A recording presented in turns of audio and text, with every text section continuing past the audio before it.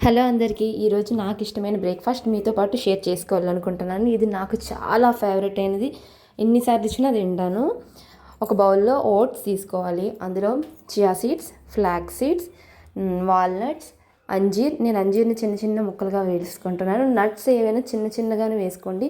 మనకి తినేటప్పుడు ప్రతి స్పూన్లో కూడా తెలుస్తుంది.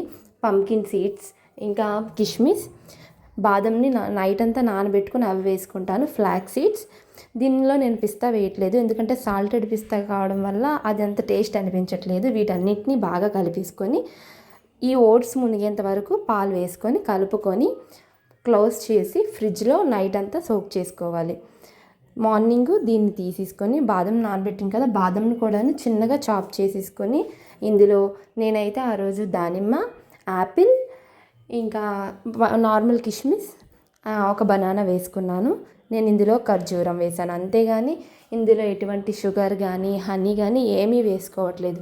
పైన నార్మల్గా కిస్మిస్ కొంచెం వేసుకున్నాను అంతే. వీటన్నింటినీ కలిపి చల్లగా తీసుకుంటే మార్నింగ్ హెల్తీ బ్రేక్ఫాస్ట్. నా ప్రెగ్నెన్సీ మొత్తంలో నేను చాలా వరకు తిన్నది ఇదొకటి.